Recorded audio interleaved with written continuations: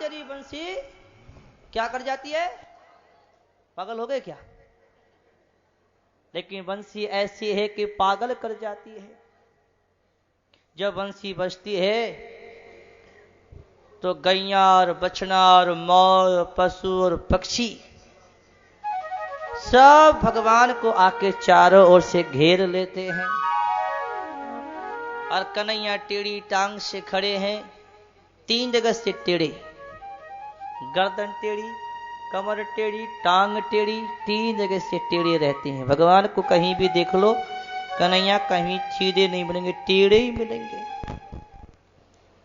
ऐसी भगवान की मधुर बंसी की आवाज चारों ओर गूंजती है। गोपियों की दशा तो बहुत विकट हो जाती है। घर में काम नहीं कर पाती, रोटी नहीं बना पाती, बच्चों को खिलाना पिलाना सब भूल जाती हैं। और गोपियां तो श्याम सुंदर को अपने क्या चाहती हैं? पति रूप से स्वीकार करती हैं। मार्गशीर्ष का महीना आया तो कुंवारी कन्याएं वो गोपियां यमुना स्नान करने जाती हैं।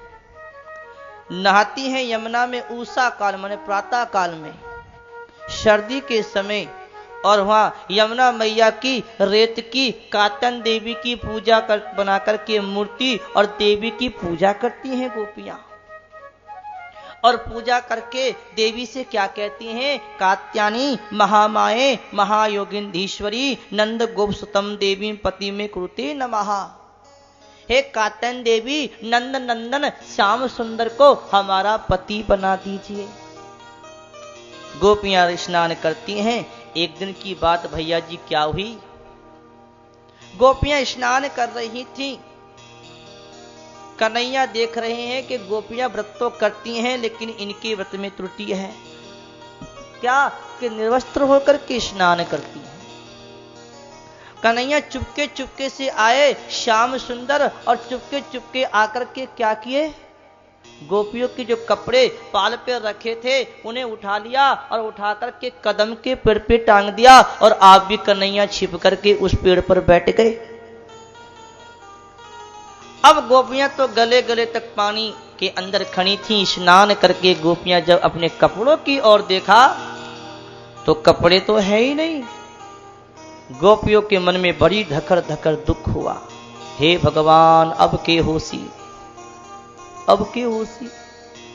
बिना वस्त्र के तो हम पानी से बाहर भी नहीं आ सकती, अब घर कैसे जासी, के होसी। अब घबरा रही, इधर देखें उधर देखें, हाय कोई बंदर भी नहीं आया, कोई लंगूर भी नहीं आया, कपड़े कौन ले गया। और जब गोपियों ने ऊपर को देखा तो कदम के पेड़ पे कपड़े रखे हैं और कन्हैया वहीं बैठे हैं। गोपियां बोली, कन्हैया तुम यहां भी आ गए। कन्हैया कहते, गोपियों हम कहां नहीं है। कहां नहीं है? हरि व्यापक सर्वत्र समाना, सब जगह है। कन्हैया ज्यादा मजाक हंसी ठीक नहीं है, थोड़ी ठीक है। अब ज्यादा हंसी मत करो, लाओ हमारे कपड़े हमें दे दो। कन्हैया कहते, तुम्हारे बाबा के नौकर हैं, दे दो, ले जाओ आकर के। कन्हैया हम बिना वस्त्र के पानी में खड़ी हैं, हम बाहर नहीं आ सकती। भगवान ने कहा जब जा सकती हो तो आ भी सकती हो। कन्हैया उस समय तुम नहीं थे, हम अकेली थी। भगवान ने कहा यही तो तुम्हारी गलती है कि अकेली थी। अकेली कहां थी? पशु हैं, पक्षी हैं, वृक्ष हैं, आकाश है, तारे, नक्षत्र, देवी देवता बहुत हैं। और गोपियों, जिस पानी के अंदर तुम खड़ी हो ना, इसके अंदर देवता का वास है, वरुण देवता का वास है पानी के अंदर।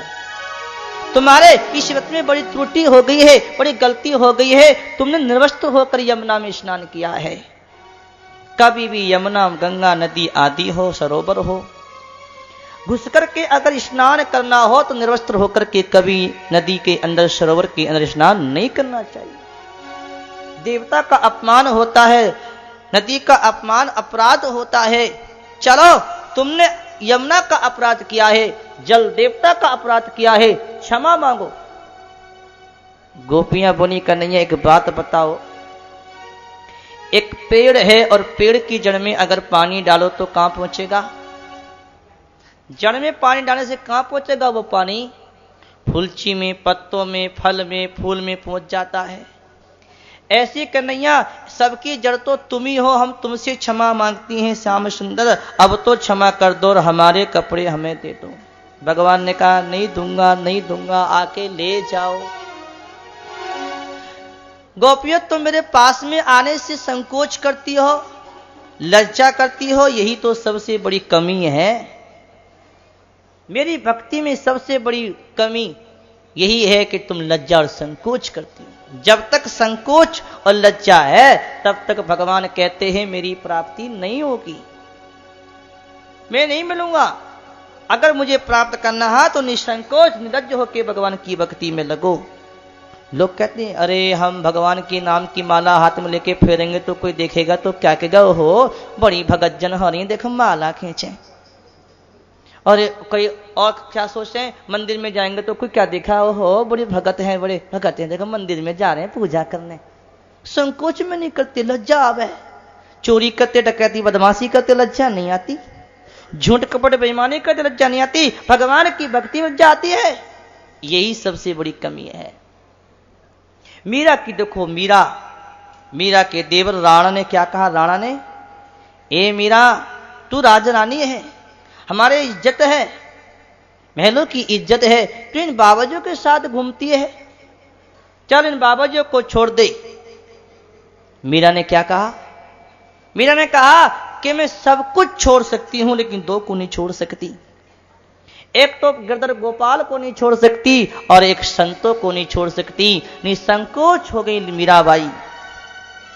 और महाराज मीरा ने भगवान की लगन लगाई, किसी की परवाह नहीं करी, कोई कुछ कहो कहने दो। एक बात और कि संसार तो कुछ ना कुछ कहता ही रहेगा, संसार तो कहेगा, कोई भगत कहेगा, कोई भगत जन कहेगा, कुछ ना।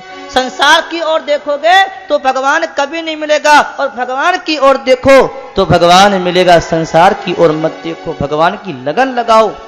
भगवान लगन से मिलता है, लगन से, लगन बिना भगवान नहीं मिलेगा। परमात्मा की लगन से परमात्मा मिलता है। जैसे मीरा की लगन लगी ऐसी लगन लगाओ, लगन से भगवान मिलता है। इसने कहा मैं तो चली वृंदावन का,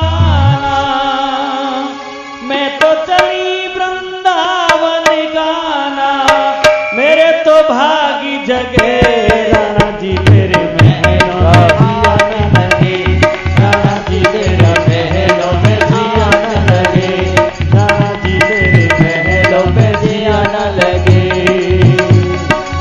मैं तो चली वृंदावन गाना, मैं तो चली वृंदावन गाना, मेरे तो भागी जगे राणा जी तेरे महलों में जिया न लगे, राणा जी तेरे महलों में जिया न लगे, राणा जी तेरे महलों में जिया न लगे।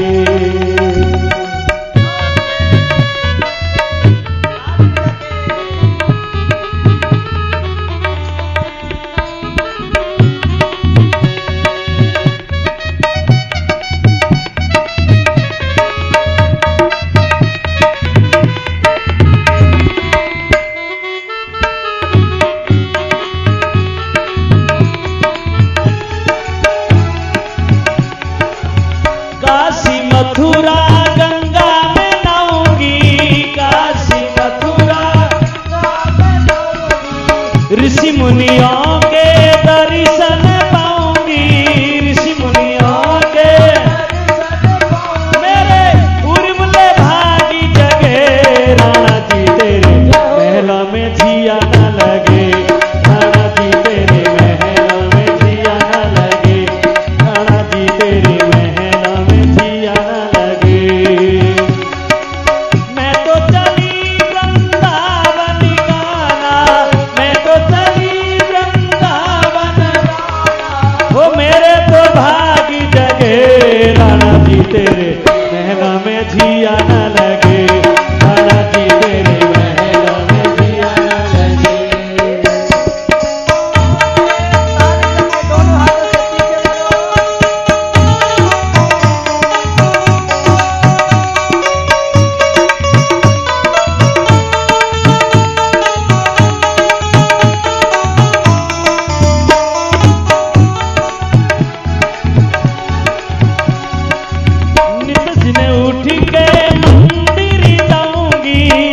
दिन उठ के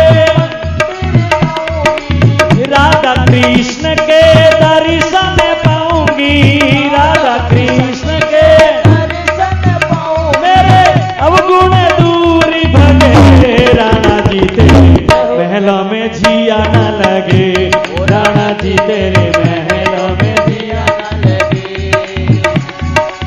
मैं तो चली वृंदावन गाना, मैं तो चली वृंदावन गाना, ओ मेरे तो भागी जगे, राणा जी तेरे महलों में जिया न लगे, राणा जी तेरे महलों में जिया न लगे, राणा जी तेरे महलों में जिया न लगे।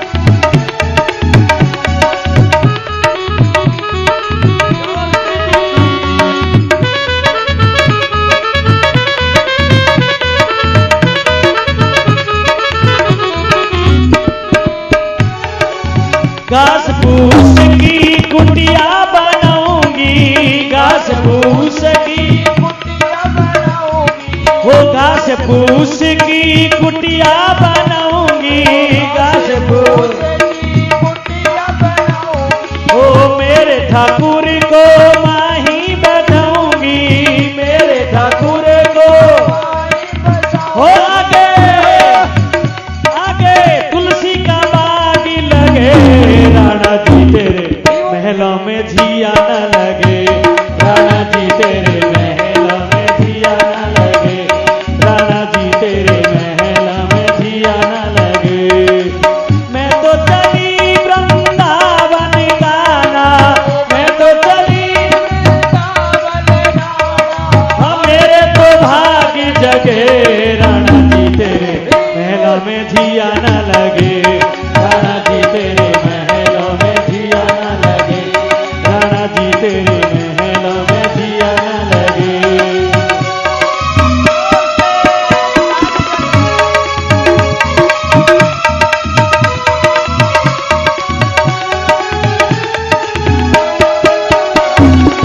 मीरा कहे प्रभु गिरिधर नागर, मीरा कहे प्रभु गिरिधर नागर, प्रेम भाव से भर दो मेरी गागर, प्रेम भाव से भर दो मेरी गागर, तेरे महलों में आग लगे, राणा जी तेरे महलों में जिया न लगे, राणा जी तेरे महलों में जिया न लगे, राणा जी तेरे महलों में जिया न लगे, राणा जी तेरे महलों में जिया न लगे।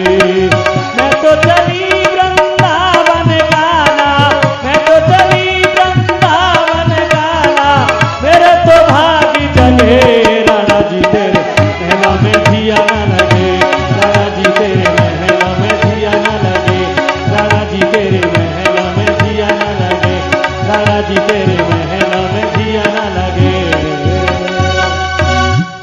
बोलिए अनंत भगवान भगवान की जय हो। राणा जी तेरे महलों में जिया ना लगे, तेरे महलों में आग लगे।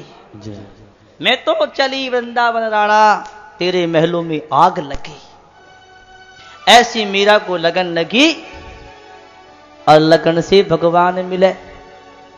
और भगवान मिला भगवान कैसे मिला कि भगवान में मीरा समा गई।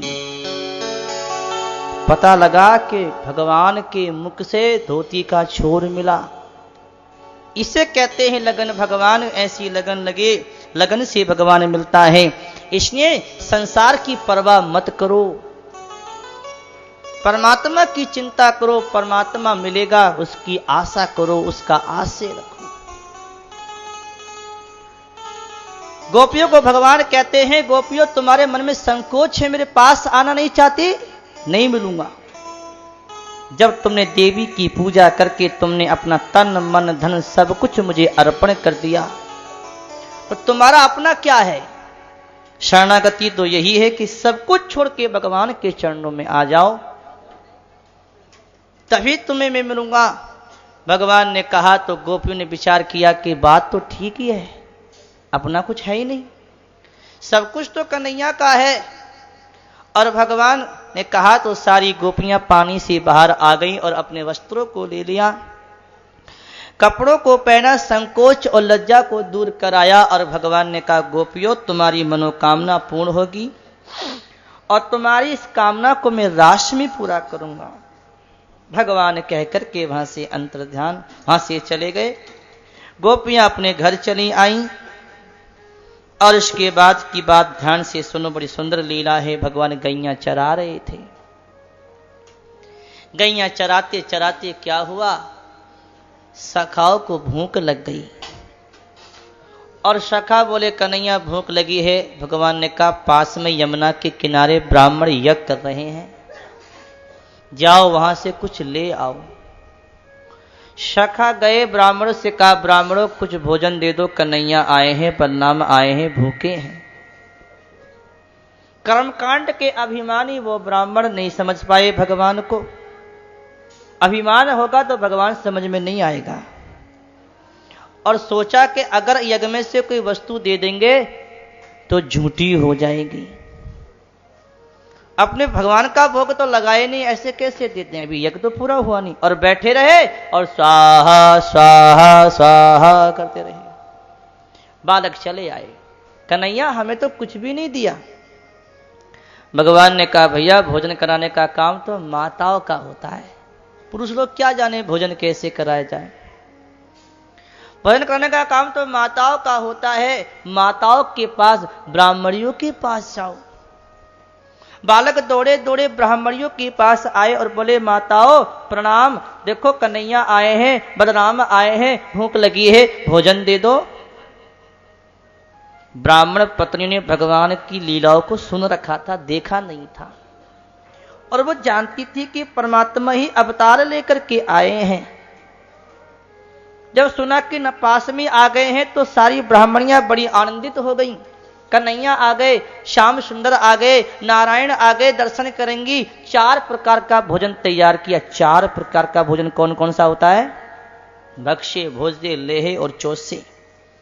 चबाकर खाने वाला भक्ष्य और कहते हैं निगलने वाला भोज्य, लेहे माने चाटने वाला, चोष्य चूसने वाला। 4 प्रकार के भोजन तैयार करके चली तो एक ब्राह्मण ने अपनी पत्नी को जाने नहीं दिया। देखो ध्यान से सुनना, बड़ी प्रेम की लीला। आहा, अगर आप ध्यान से सुनो तो बड़ो प्रेम आवे।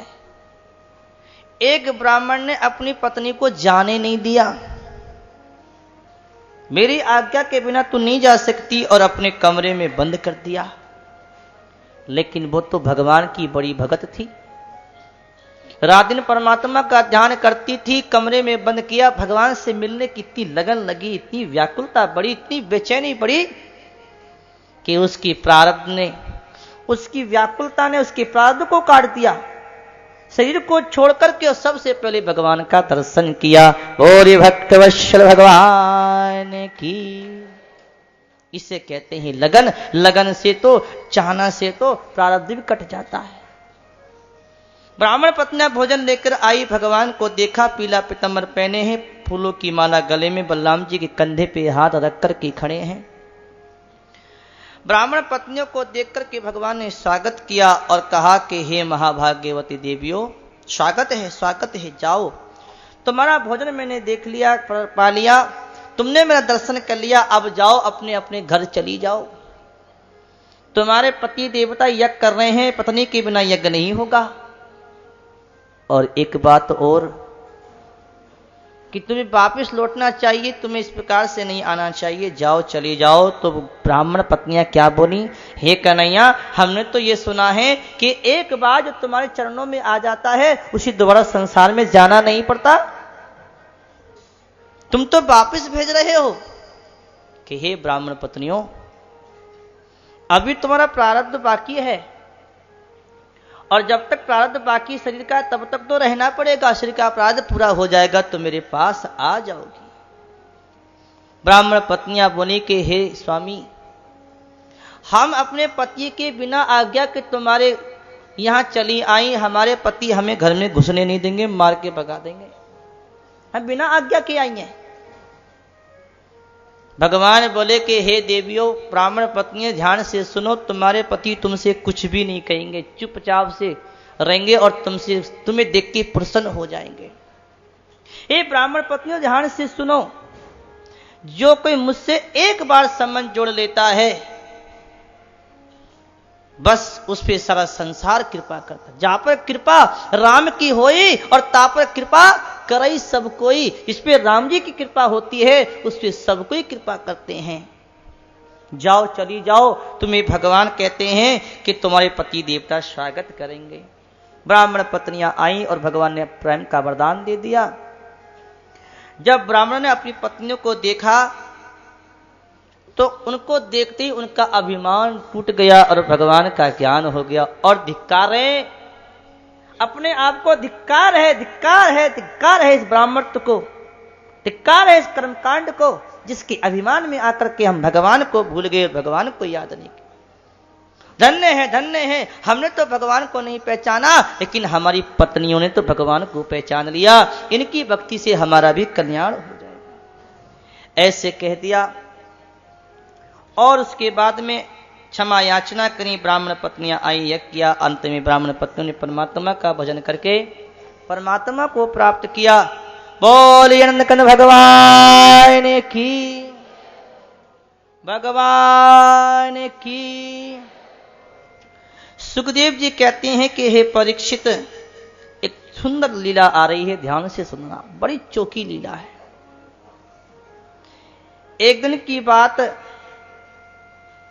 सारे गोप गोपियां ब्रजवासी अपने घर की सजावट कर रहे हैं, बढ़िया बढ़िया पकवान बना रहे हैं, बड़े घर की गलियों की सफाई शुद्धि हो रही है और गोपियां अपने अपने घर के अंदर बढ़िया बढ़िया पकवान बना रही हैं। कन्हैया ने पूछ लिया बाबा कि हाँ बेटा, बाबा ये सब क्या हो रहा है, तैयारी हो रही है, क्या कोई उत्सव है, क्या कोई मेला है? नंद बाबा ने कहा कन्हैया, हमारे यहाँ वर्षों से इंद्र की पूजा होती आई है, हम इंद्र की पूजा करने की तैयारी कर रहे हैं। बाबा इंद्र की पूजा क्यों करते हैं? बेटा कन्हैया, इंद्र की पूजा करेंगे तो वो बारिश करेगा, बारिश होगा तो अन्न होगा और अन्न होगा तो प्रजा का पालन होगा।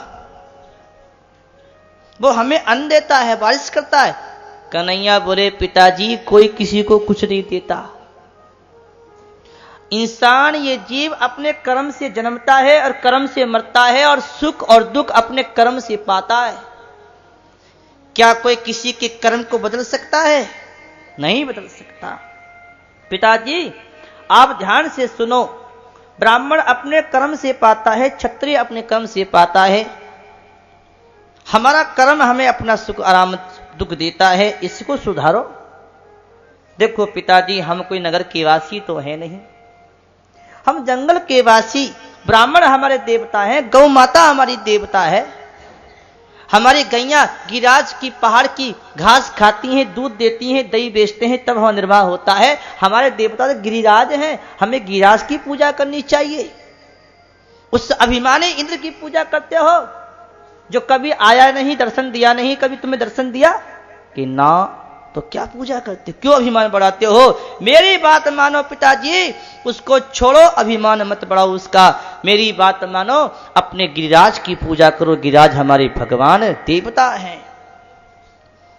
ऐसी जब बातें समझाई तो सारी बात कन्हैया की सुनी ब्रजवासियों ने और समझ में आ गई। कन्हैया ठीक कहवे, कन्हैया की बात मान लो भाई, चलो चलो, जो कन्हैया कहता है भाई ठीक है, अब तो गिरिराज महाराज की पूजा करेंगे। इंद्र की पूजा बंद कर दी और पूजा बंद करके सबने बढ़िया 56 प्रकार का भोग तैयार किया ब्रजवासियों ने,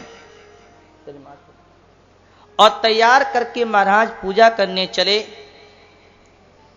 क्या क्या बनाया है? खीर, खीर देखिए ना, केसर डाल करके खाइए। अच्छा आज ही खा के बोलिए नंदकंद भगवान की। खीर खाई है, बिना पानी के दूध की खीर बनाई केसर डाल करके, और हलवा सीरो काय का, बादाम को बड़ी सुंदर हलवो बनाया। मूंग की दाल, पुआ, पूरी, कचौड़ी आदि सब बनाए। कहने का अर्थ यह है कि 56 प्रकार की भोग की सामग्री तैयार करके और सारे ब्रजवासी अपना अपना भगोना बैलगाड़ी में रख लिया और पूजा करने चल दिए। चले गए, गाते बजाते बड़े प्रेम से जा रहे हैं। 7 कोस के गिरिराज की परिक्रमा करी और परिक्रमा करके 7 कोस की गिरिराज की पूरी 7 कोस की गिरिराज की परिक्रमा और कहते हैं उनकी पूजा करी, अभिषेक किया और बड़े बड़े भगोना उतार कर के गिरिराज के सामने रख दिए, तुलसी डाल दी, घंटी हिला दी और बड़े हाथ जोड़ के खड़े होकर कहा, कन्हैया ए कन्हैया, तू तो कहता था कि तेरा देवता साक्षात प्रकट होकर भोग लगाएगा। अल्लाह कहाँ है तेरा देवता? अभी तो आया नहीं। भगवान देखे कि अब देवता कहां से लाऊं, मुझे देवता बनना पड़ेगा। एक रूप से भगवान इधर खड़े रहे और एक रूप से भगवान गिरिराज के ऊपर 4 भुजा से प्रकट हो गए। गिरिराज महाराज की जय। शंख चक्र गदा पद्म 4 भुजाधारी नारायण ही परमात्मा ही भगवान 4 भुजा से गिरिराज के ऊपर प्रकट होकर के खड़े हो गए। सारे ब्रजवासी देखे, अरे राम, लगे तो ऐसा है जैसे कन्हैया हो, अंतर इतना है कि इसकी 2 भुजा अपने की 2 भुजा है और इसकी गिरिराज की तो 4 भुजा है। चलो गिरिराज प्रकट हो गए, अपने क्या भोग लगाओ। सारे गजवासी भगवान के रूप को देख रहे हैं, भोग लगा रहे हैं, पूजा कर रहे हैं और कैसे कह रहे हैं, बड़े प्रेम से गा रहे हैं। तेरी सब चिंता मिट जाए, पूजा गोवर्धन की कर ले। तेरी सब चिंता मिट जाए, पूजा गोवर्धन की कर ले। तेरी सब चिंता मिट जाए, पूजा गोवर्धन की कर ले। तेरी सब चिंता मिट जाए, पूजा गोवर्धन की कर ले। गोवर्धन की कर ले पूजा, गिरिराज की कर ले। गोवर्धन की कर ले पूजा, गिरिराज की कर ले। तेरी सब चिंता मिट जाए, पूजा गोवर्धन की कर ले। तेरी सब चिंता मिट जाए, पूजा गोवर्धन की कर ले। तो 7 परिक्रमा कर ले, तू मानस गंगा नाले। तू 7 परिक्रमा करके तू मानस गंगा नाले। तेरा पाप सभी मिट जाए, पूजा गोवर्धन की कर ले। तेरा पाप सभी कट जाए, पूजा गोवर्धन की कर ले। तेरी सब चिंता मिट जाए, पूजा गोवर्धन की कर ले। तेरी सब चिंता मिट जाए, पूजा गोवर्धन की कर ले। मस्तक पर मुकुट बिराजे,